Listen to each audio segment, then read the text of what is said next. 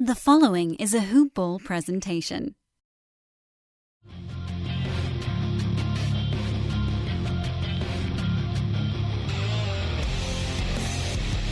Welcome to the Fantasy NBA Today podcast. I had to wake up poor Brandon Marcus for this show. Have we talked about the fact that you're on a totally whacked out schedule right now? I think we have. I'm not sure how in depth we did, but basically, for those of you listening, my schedule now is 3:30 in the afternoon is when I actually go into work, and I come back at midnight. So it's not great. I don't love it, especially when my fiance has to wake up at 7 to go to work. So I now have a routine where I now have to move my car at 8:30 when she leaves. And then I go back to sleep. So that's kind of been my life the last couple weeks. Oh, yeah, because you get home after. Is she already asleep when you get home? Probably. Oh, absolutely. She's been asleep for at least 2 hours. So you got to park. So you park behind her because you can't do the rotation at night. Oh, that's brutal. Yeah. Yikes. I wake up anyways. I mean, when her alarm goes off, I'm awake. I'm a morning person usually, and I usually don't nap. But this apparently my body's like, yeah, go back to sleep, a-hole. You're ready to have a child. You guys want to just pop one out? And you know what's funny about that is that I've told Alex, I've been like, you know that I'm fine when we have a kid because I can sleep and I can wake up at all different hours. You're screwed. Like she needs like 3 or 4 snoozes, and it's just a nightmare. It's bad. She's in trouble. She's like, I'm gonna figure it out. I'm like, I hope you do. Yeah, it's not. It's not simple. I'm a very weak-willed individual, as you know. I'm not actually sick this week, so, l'chaim for that one. But, yeah, Asher's first year of life was... It almost drove me to insanity. I did a lot of screaming into pillows. There's kind of a PTSD thing associated with it, where the kid's not quite going back to sleep, so every time you hear a little noise, you think it's the child waking back up again. Every family's got to have one person that can handle the weird middle of the night stuff, and fortunately I'm married to a doctor, so she's done overnight call, and she was more worried about me than the kid. Anyway, Brandon Marcus, Dan Besbris, this is Fantasy NBA Today. There isn't a whole lot going on this week. We have a couple of things to talk about, so I figured, why don't we just talk about ourselves for a couple of minutes? At Bad BD Marcus on Twitter if you want to give him a follow. I'm at Dan Besbris. This is, of course, a Hawaiian Isles Kona Coffee presentation. Our good buddies over at Hawaiian Isles powering the locomotive over here. Brandon, we got to get you some of that stuff with your weird-ass schedule right now. But the news of the day, and I guess we'll just start with the not-so-quite breaking news this morning, was that Kevin Durant opted out of his deal with the Warriors. This is not a surprise at all, particularly following the injury. What is there really to say about this? That if he had opted in, he would have had to worry about teams signing him after finishing rehab from a torn Achilles. Now he can sign a 4 or 5 year deal, and he has the security of knowing he's already going to make a ton of money when he comes back, even if he's 80% of Kevin Durant. This was very reasonable, right? Yeah, I think the biggest part of this news is that it means somebody is going to give him the max. Somebody out there has already assured him that they will give him the max. Because if they were not going to get a max offer from Brooklyn, New York, which we've thought all along they were going to anyways, give him that, then he would have opted in for that final year, taken the money, and then probably became a free agent next year. But this shows you that the Warriors, Nets, Knicks, someone out there does not care about the injury, and they're going to give him the most money. Yeah, and you kind of knew, right? We're talking about the player that was, I guess you could say, arguably, I don't even know if people would argue, the single best scorer in the NBA right now. Maybe you could argue James Harden. I don't. In any event, top 2 in terms of getting the ball into the bucket. So people are betting more on the Rudy Gay recovery than the what was Kobe Bryant when he tore his, like 42 already. Yeah, so, he was old. But Rudy Gay, did he have that much of a recovery? I'm still in the camp that I would not give him the max, KD, that is, unless you are the Knicks or someone like that just has no hope right now, and you just need to hope that he comes back and is 85% of what he was. But damn, man, that's a tough injury to come back from. And imagine being so damn good at basketball that you can tear your Achilles before you become a free agent and still get the most amount of money possible? I can't imagine a situation where I hurt myself in any way and actually someone's like, yeah, sure, we'll give you exactly what you were getting before.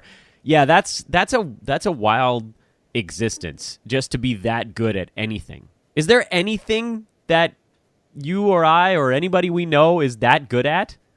Probably no. I was pretty good at taking tests, as I adjust my bifocals over here. Nerd. Yeah, pretty big both nerd. have glasses on. Nerd. If you're the Nets, do you give him the max? Yes. Yeah. Is that because of the likelihood that basically guarantees you've got Kyrie and even an 85% KD for 3 or 4 years together? Yeah, and I mean, if you're the Nets, you could easily go and try and build a team kind of like the Sixers did, where you have a bunch of really good pieces. But then where does that leave you? I mean, it doesn't guarantee anything. The interesting part about this will really be when Kawhi figures his free agency out. Because if you're an East team, what Kawhi does kind of means a lot. And if he leaves and goes to the West, then you would think there's going to be an arms race that would begin in the East because everyone would think they have a chance. And obviously the 76ers are a team with Butler and Harris that you got to figure out what they're going to do. There are a lot of teams, the Celtics too now, all of a sudden. We'll talk about it later with possibly them getting Kemba. I mean, there's a lot of different things that are up in the air in the East. And you wonder when KD would actually sign because it would mean a lot for every other team. All right, so let's talk Kemba then. Let's go through these Eastern teams because there are weird there's little baby rumors associated with most of them. I think the Pacers are like the only team that doesn't have a big rumor, and they were linked to, honestly, I already forgot who, some like mid to upper guy that might come over in a sign and trade type of thing. But we'll jump over them for now. Celtics. I know that there's... So I think everybody listens to this show and they're like, Dan, you're a Laker fan. I'm a very pragmatic human being when I want to be.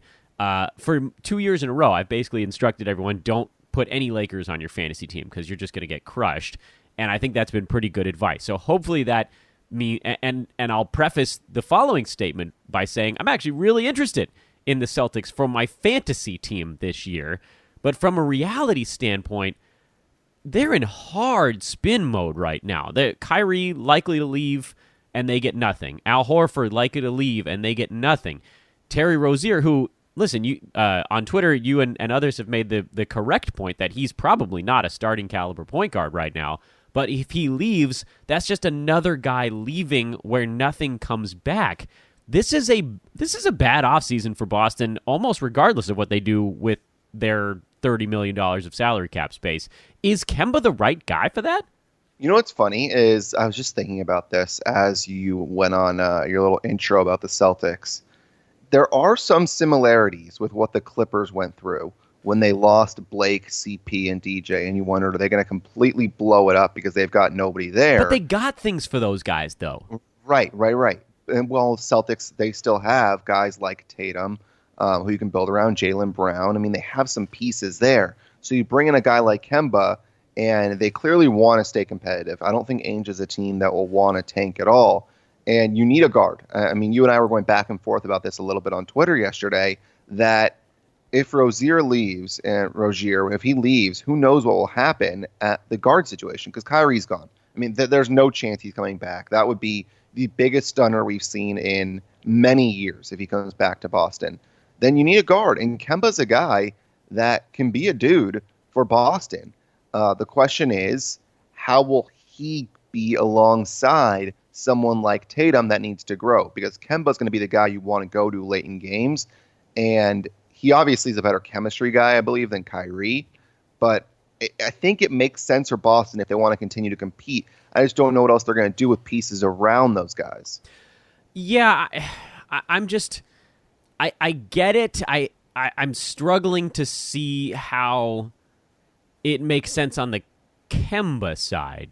good fantasy situation, by the way. Yeah, I really right? do think that Kemba would have pretty good numbers in Boston. I think a lot of these guys are going to have good numbers this coming year. You're wiping out like 30% of the dudes on that team, maybe more, that no needed Horford, touches. no Kyrie. That's a lot of usage. That's a ton of usage. And when Rozier was playing, that he was a quick trigger guy off the bench, and Marcus Morris is probably gone, and Horford, who's a low usage guy, is likely gone. There's a lot of fantasy juice available on that team. I mean, wouldn't it, in my mind, I feel like it makes more sense to bring Rozier back and sign anybody at all in the front court. There's no one. Their front court is completely empty now. They traded Aaron Baines also. Yeah, that's true. I don't know what they have. I mean, how big can you play Gordon Hayward? He can't be a 4. Weren't they talking about also trying to get, I don't know, someone like Steven Adams or something like that, possibly trading for him? I don't know if they're going to be able to do that. I really do think that we're going to be surprised with a couple of the moves that happen because they're going to become sign-in trades. And we're going to think, all right, the team doesn't have cap room to sign a certain player, but there's going to be a sign-in trade that allows it to happen, such as Jimmy Butler, which we'll talk about, where Jimmy Butler could end up going to Houston because of a sign-in trade. Yeah, maybe that's the next thing we move to here. Is there any... The Philly beat folks were claiming that this is quite a long shot. It seems like the one way where this works is if Jimmy Butler says, yes, Houston is my choice over these other places. Philly, this is your opportunity to get something for me as opposed to him just going someplace for nothing. If Philly, now I have to pull up their contract situation because I don't know what they could. I think if they do re-sign Tobias Harris, then I think they'd be out of cap room to bring in new guys. So this I'm would be pretty sure they can only sign one of them. Right. So I think they could potentially sign both and just go way into the luxury tax. But if one of them leaves, then they can't sign other people because they don't have the ability to bring in guys that weren't on their team from the previous year. I think if they do that, where they keep Harris and Butler, then they cannot keep Redick. I don't think they'll do that. That would be a lot of money. Yeah, I do think that Redick will end up on the East Coast of the team like Brooklyn or something. If they end up getting Kyrie, perhaps Redick, lives in Brooklyn. It just makes a lot of sense. Everyone's been talking about it for a while, and it just makes too much sense not to happen. The 76ers, by the way, Ben Simmons still on his rookie deal at $8 million this coming year. Joel Embiid at 27. Jimmy Butler and Tobias Harris, if they both were to come back, that's 35. I believe they dumped Jonathan Simmons, or they're going to end it for like the $1 million guaranteed portion. They only have like 40-something million dollars on salary. So I think they can potentially sign both Butler and Harris and stay right around the salary cap. Well, then you got to figure out what you're going to do with Simmons. Right. Because that's one of those things where you're going to have to pay him eventually if you want to keep him, or you're going to have to end up trading him. Right. So Philly's in a tough spot. I think this is a huge offseason for them because they have to figure out what they want to do in their future. They can't just do, all right, let's pay these guys and figure it out next offseason. You can't do that because you have two guys that are free agents in Butler and in Harris that you need to decide if you want them to be a part of your future. And if you mess this up, it really could hurt you for the next 5 to 10 years. Let's look at this now from the Houston side of things. I don't know who's putting out all of this stuff into the media. I probably should have thought more about it because usually you can figure out who has something to gain when these stories start breaking. We're hearing that Chris Paul and James Harden already are not getting along. Let me try to come up with the one player in the NBA that could make this situation even more volatile. It just doesn't make sense at all. It really does not make sense. And then if you look back at the Clippers deal where they gave up Chris Paul and they got Lou Williams, Montrezl Harrell, Pat Beverly, Sam Decker, one or two other guys, and a pick, what does Houston have to give? I really don't know what Houston has to give apart from... It would be Capella. It would be Capella. Then what are they going to have down low? Nothing. Who's going to play center? Chris Paul? I honestly don't know at this point. To me, they're in desperation mode because they gave this gigantic contract to Chris Paul, and they're sort of locked into it. And now they just have to kind of try stuff at this point. Can you imagine if they try and get Butler, and that goes through, and they give up Capella, and then they sign a guy like Boogie Cousins, that would be the worst chemistry team that we've seen since last year's Lakers. It just really would be so bad. That would be worse. I feel like the Lakers last year all got along because nobody cared. Yeah, that's possible. At least that. Well, I mean, not necessarily with the coaching staff or Magic, but the other part of that is Jimmy Butler's not a great 3-point shooter. So, do you really want, if you're, I mean, I guess they do because this is out there now.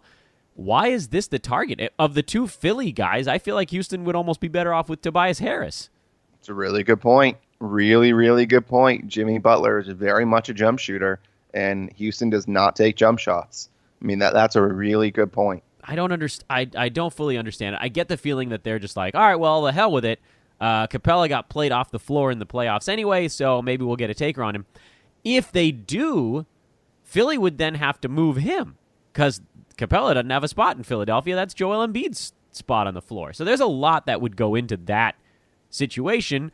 But again, if Butler's like, I want to go to Houston, Philly, don't you want to get something for me? I guess that's an outside shot. Although, again, I'm looking at these numbers here. If they give Tobias Harris $25, $30 million, they actually do still have room to bring in someone that's not PJ Tucker or Eric Gordon or Clint Capella. I guess the reason you do that is if you really think you could move Capella for something compelling.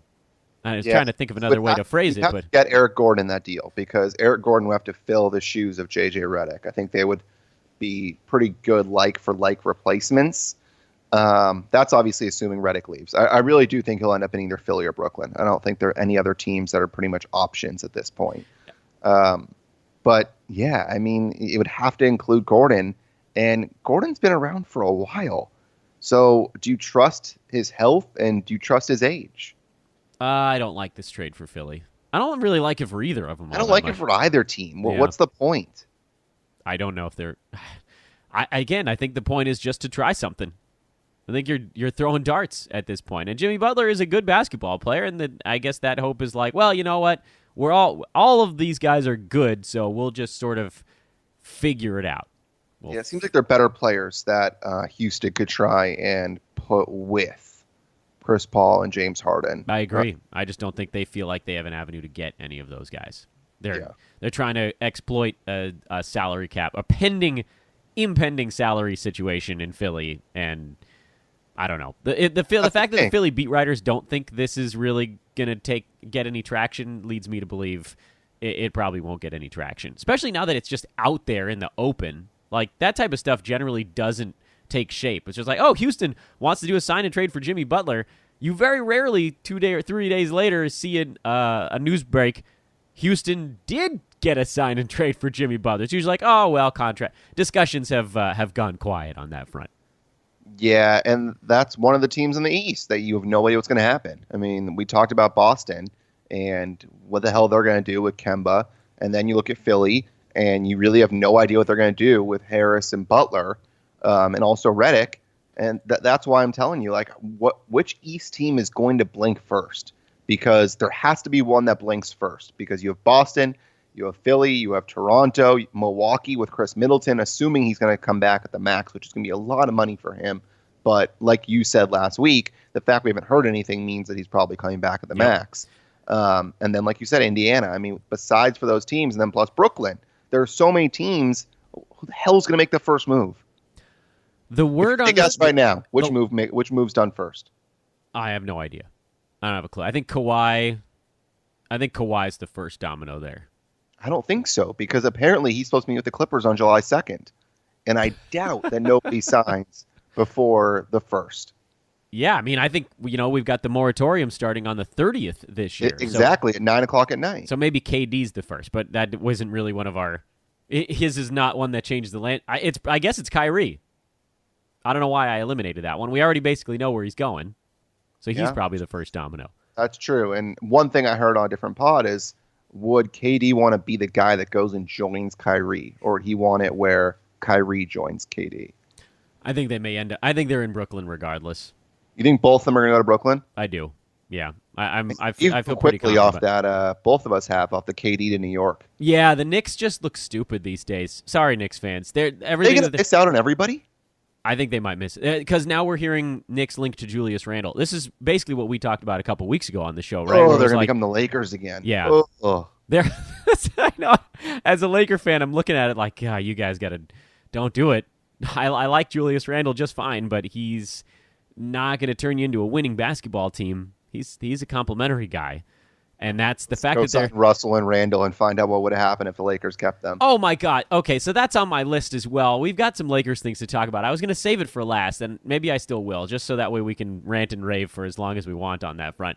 The D'Angelo Russell stuff, that's coming up. Let's save it for last. Yeah, let's save it for last. Let's continue with the Eastern Conference. Okay, yeah. Thank you for taking me back from the edge there. And that's why you have a co-host. Yeah, thank you. I need somebody to keep me from losing my mind. The Bucks, there's another one. You mentioned Chris Middleton. The rumors now are that the Bucks are going to basically do everything they can to keep Middleton and Brook Lopez and probably can't afford to keep Malcolm Brogdon because it sounds like he may be fetching $18 to $20 million on the open market. That's a big number. That's bigger than I expected. Well, it makes sense given what we talked about last week with him and how good he could potentially be and how much he has already improved in his first couple of seasons numbers-wise. And sometimes, I mean, everyone wants to give fantasy people a hard time because, fantasy, well, they don't look at the actual, they don't watch the actual game, blah, blah. That's wrong.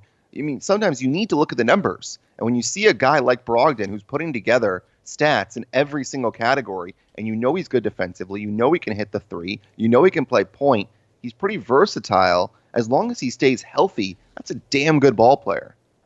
Yeah. Oh, man.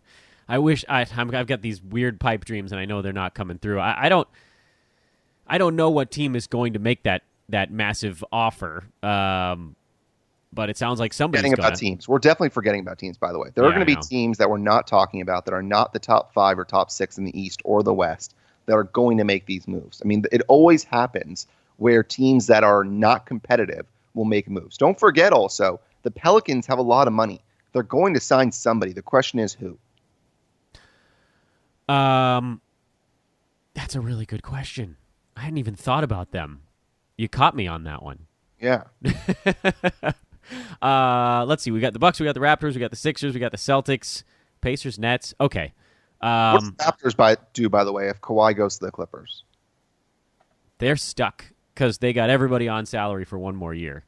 Yeah, and then there you have nobody on salary next year. That's pretty amazing, actually. They got everything ending at the same time. They would just have to be like a mid-pack Eastern Conference playoff team.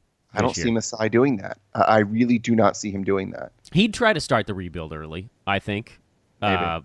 But we'd see how that shakes out. Every week I check up on your mental state. Do you think he's coming back to Toronto, or do you think he's moving to the left coast? I think he's staying in Toronto. You heard a Lakers rumor came up yesterday. That was so stupid, by the way. That was First weird. of all, they don't have the money. And second of all, there is no way in hell he goes to play with LeBron and AD and becomes the third option. No way in hell. Yeah, the Lakers always just get tossed into things to try to drive up the price on guys. Yeah, no way. It's one of those things where I think he was put up there to maybe scare the Clippers. It's like the Clippers have been recruiting Kawhi for a full year. I mean, there's no way that I think the Clippers, by the way, are hoping that if he does stay in Toronto, he signs a 1-1 and not the max. Which I think he would. I think if he stays Toronto, it would be a short-term deal. Do you? I do. Yeah, I don't think he's that worried about his thigh thing. I think he can load manage for 1 year. And I think we mentioned it last week. He's 2 years away from the Mega Ultra Supermax, the 10-year Kevin Durant price tag. So I think he'll probably just try to manage himself for the next 1 to 2 years and then go real big in 2021. So I don't think he's signing a long-term deal for the next 2 years. Okay. I hope you're right. I really hope you're right, because that would still give me a glimmer of hope that the Clippers can get him next offseason. Uncle Dennis needs to get that bag, man. Got to secure the bag. Yeah, man. Okay, so I do think Toronto would do something, but yeah, I think he's going to stay. I've been in that camp for a little while now, where I've been scared, and I've been kind of like at 50-50. I think it's more now 60-40 that he's going to Toronto and staying in Toronto. But every single time Woj speaks, it makes it seem like he's going to the Clippers. I think I mean, I hate to be this guy, but let me ask you what you think on this. Woj is linking a lot of people to the Clippers these days. Yeah, what happens if they miss out on these guys? That'd be a problem. Yeah, is this the Clippers putting this stuff out? Why is there so? How are the Clippers linked to everybody? It's a good question. It's going back to your theory of who's the one that's leaking it to Woj.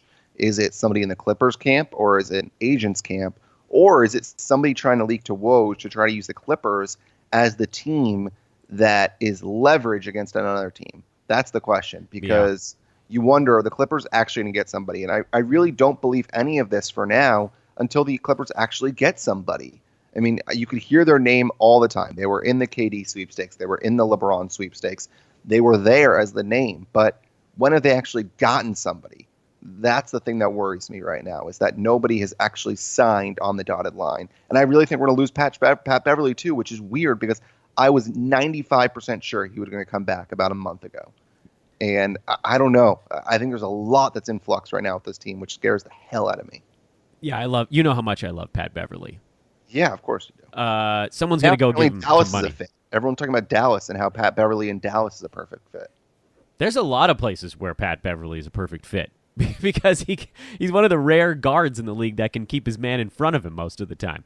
Yeah. There's a ton of teams that could use a guy like that. I think the Lakers throw a decent number at him if they don't get a third superstar. I would think he's on their list with maybe like a Darren Collison at the point guard spot. That's who you want. That's not reasonable. We'll talk about it last. But when you have J.R. Smith that's now coming into the conversation, you know that clearly the Lakers are not going to make reasonable decisions and rational choices when J.R. Smith is an option. Is he a clutch guy? I think he might be a clutch. I think that this LeBron guy. It doesn't matter if he's a clutch guy. He's a LeBron guy. I would not be surprised if Tristan Thompson somehow makes its way over to the Lakers at some point. I'd actually be okay with that if he was going to play like 18 minutes of hustle off the bench. He's a really good offensive rebounder. You're rationalizing, and I love it. You're so screwed. As soon as they start him, then it's all over. By the way, there's a picture that's kind of making its rounds around Twitter. I'm not sure if you've seen it yet. Is it the one with Melo? No, it's got a hashtag paid by Ballmer, and it's Ballmer in the middle, and he's got his arms around Stephen A. Smith to the right with a Clippers jersey, Woj to his left with a Clippers jersey, and underneath him is Broussard, Bayless, and Bucher. All three of them in Clippers jersey as well. So this answers the question of where it's all coming from. Yeah, go to if you're on Twitter, go to @LeBronto Kings, LeBronto Kings. He's replied, I think, to somebody. You'll see it somewhere in his Twitter. I love it. Clippers. One more Clippers thing before we close out on some Lakers rants. Klay Thompson was linked to the Clippers yesterday, although it was basically like, if the Warriors don't offer me the mega max, then I will take a meeting with another team. I assume the Warriors are just going to offer him the max, right? Leverage again. That's it goes right back to what we were just talking about. He's going to go to the Clippers if you don't give him this amount of money. It seems like that's happening with every single free agent right now. All right, he's that not was going easy. to the Clippers, by the way. He's re-signing with Golden State. They love him there. That's an easy one. Okay, we saved this one to the end because it's a silly time. It's a circus. They're a circus again. Just when we thought they had it all figured out, they're a circus. This was Chris Haynes who reported that J.R. Smith at some point will probably be bought out and then sign with the Lakers for a veteran's minimum. I think we're going to see a lot of this over the course of this year. I am petrified that these guys are going to end up getting too many minutes. I am hopeful that they will not. I think you're in the camp of Dan, stop being so hopeful. Yeah, Dan, stop being so hopeful. J.R. Smith is going to start on opening night. Oh, please, no. It's going to happen. No, he's not going to be a Laker before the season starts. Really? Before it even begins? You never know. Oh, come on. Why would this be coming out now? It wouldn't be coming out as a buyout guy during the summer. We don't see those very often. This is going to be like, the Lakers are just like rolling up into a senior center and making some sort of Megatron type thing where they're just putting a bunch of old dudes and sticking them onto a giant ball. They're literally just doing, okay, so we got McGee, Rondo, Caldwell Pope last year. who could we do this year that didn't make that squad? Oh, J.R. Smith, great choice. Let's get J.R. Smith. Let's get Corver. I like Corver, by the way, but yeah, I'm okay with that one. He's not as good as he used to be, and that's a fact. Yeah, I mean, let's go ahead and get other guys. And again, this is a whole building around LeBron thing, and that usually doesn't work. As long as, and I've said it on the Lakers podcast, and I've just said it in conversations with friends as well. This is the next 10 days is, to me, their last chance to prove whether they've started to get things organized. And I've seen a couple of positive signs. The fact that they've been making a hard financial push for Adams up in Golden State, their defensive guru, that's a smart move. Somebody to actually round out a coaching staff. Little things like that make it seem like maybe things are starting to cool off a little bit.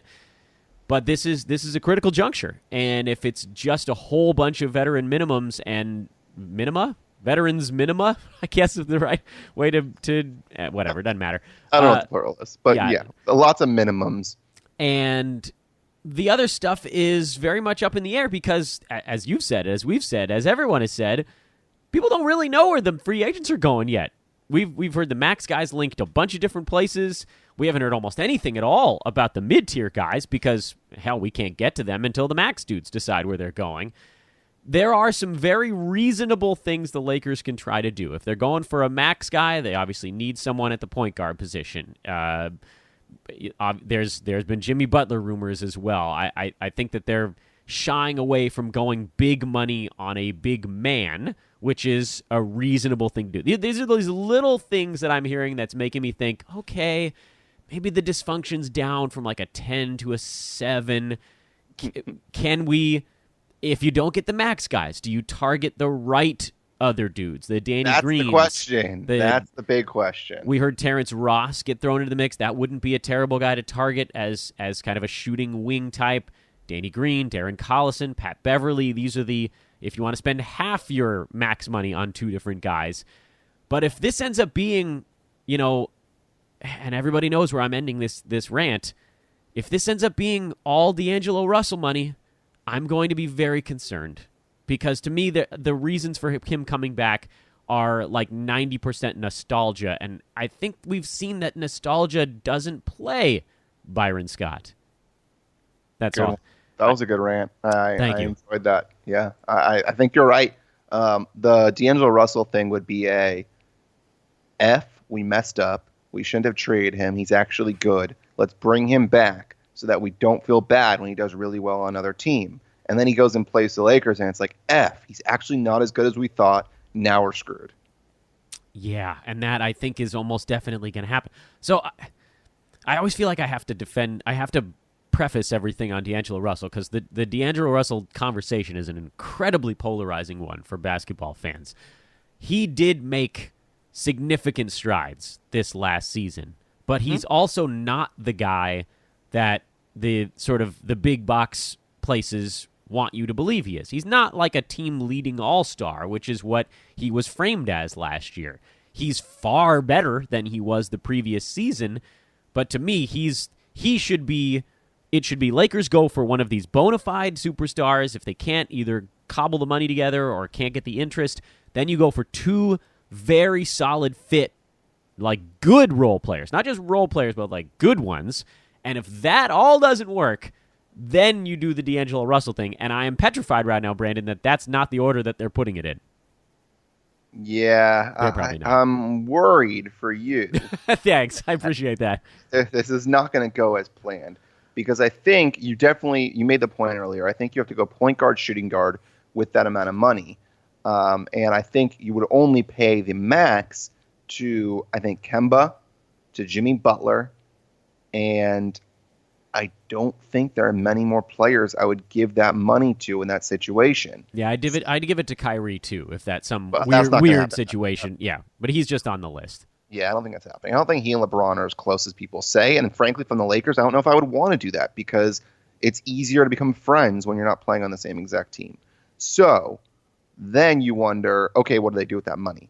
And that's where I think they might end up going because if Kemba doesn't sign with them and Butler doesn't sign with them, which I don't think either will, then, yeah, if What do you do with that money? That's the question. And that's where I don't trust the Lakers, because I'm not sure they have an idea of who they should get.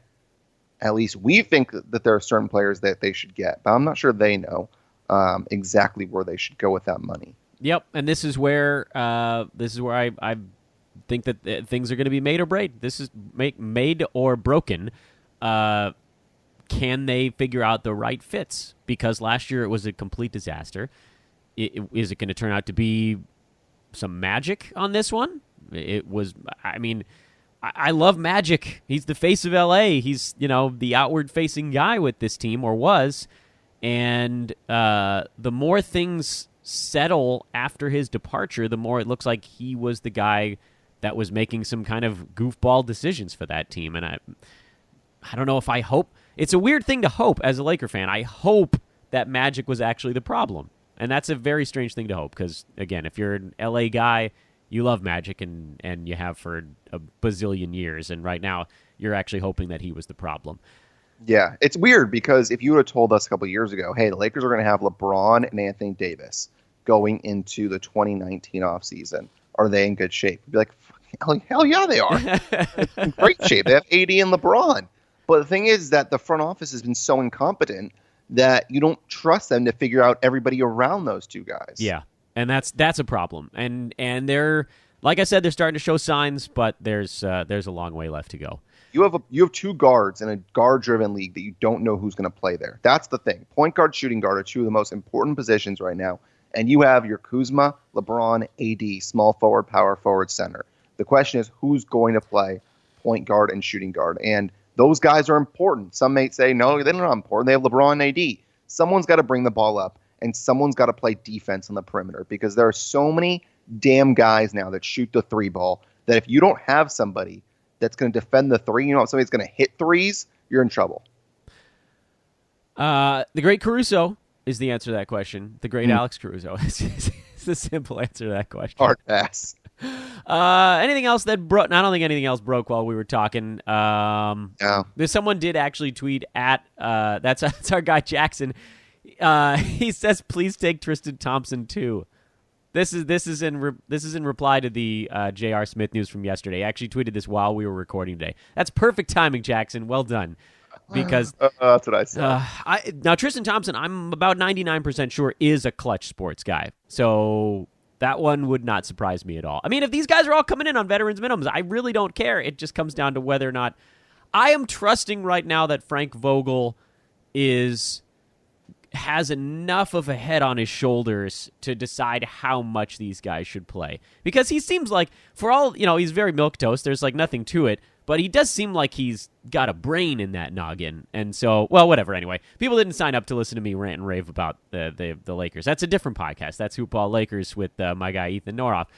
From a fantasy standpoint, that's how we're going to close this thing out, Brandon. The Celtics we're both sort of up on. Mm-hmm. And then the rest of this stuff is kind of up in the air. I had a little bit of an argument yesterday with Neil about this Bazemore-Evan Turner trade that happened, what the hell was that, Monday? I think that was Monday. Yeah. I actually like Bazemore in Portland, and he was not completely sold. Where do you fall on that one? Bazemore's meh. I also like numbers, and I think Evan Turner is still capable of putting up a triple-double on any given night, and he's a good ball player. Bazemore's fine. He's a good 3-and-D guy. He's nothing special, though. But he will fit the culture well in Portland of just gritty guys that just work hard. So that makes a lot of sense. The only issue is that you got to remember that Turner came off the bench and was a guy they used a lot in that second unit to kind of provide some scoring and passing. Bazemore doesn't do that. So then the question is, who's going to give it to you in the second unit? Because a lot of people are saying Seth Curry's gone too. So that's the thing. By the way, some of these free agents are going to re-sign with their teams. Everyone's putting them on different teams. Some of these free agents are going to re-sign. It's just a matter of what teams like Portland decide to do. But now the question is, what does Portland do with their second unit? Because you need a second unit in the regular season. Yeah, because they are now without Nurkic due to injury. Al-Farouq Aminu with his contract coming up. Evan Turner being traded, obviously, for Kent Bazemore. And then if Seth Curry goes to try to make some more money elsewhere, that is a lot of little pieces coming off for Portland. They're going to have to figure that out a little bit. That, I think, will about do it for today. We're coming down the chute here towards free agency. Live show taking place on Sunday at 2:30 in the afternoon. Hey, are you free? Can I throw you on that bad boy? Ooh, Sunday at 2:30. Think I might be around. All right. We're loaded up with all the superstars here at Hoop Ball. Live show 2:30, a half an hour before the moratorium begins. We'll be breaking all the news alongside, obviously, Woj and Shams. We'll break it down from the fantasy standpoint. That's what you guys come to us for. You can check it out. We'll have the links all over Twitter leading up to it. It'll likely be hosted on YouTube. He is Brandon Marcus. I'm Dan Besbris on Twitter. That's also my name. He is BD Marcus on Twitter. Thanks for listening, everybody. Tomorrow, Neil will get you set up. He and co-host to be determined, I believe. I think it might be Josh Millman. Adrian and Coach on Friday. Everything, the countdown towards free agency. Have a lovely couple of days, everyone. I'll talk to you all on Sunday. So long.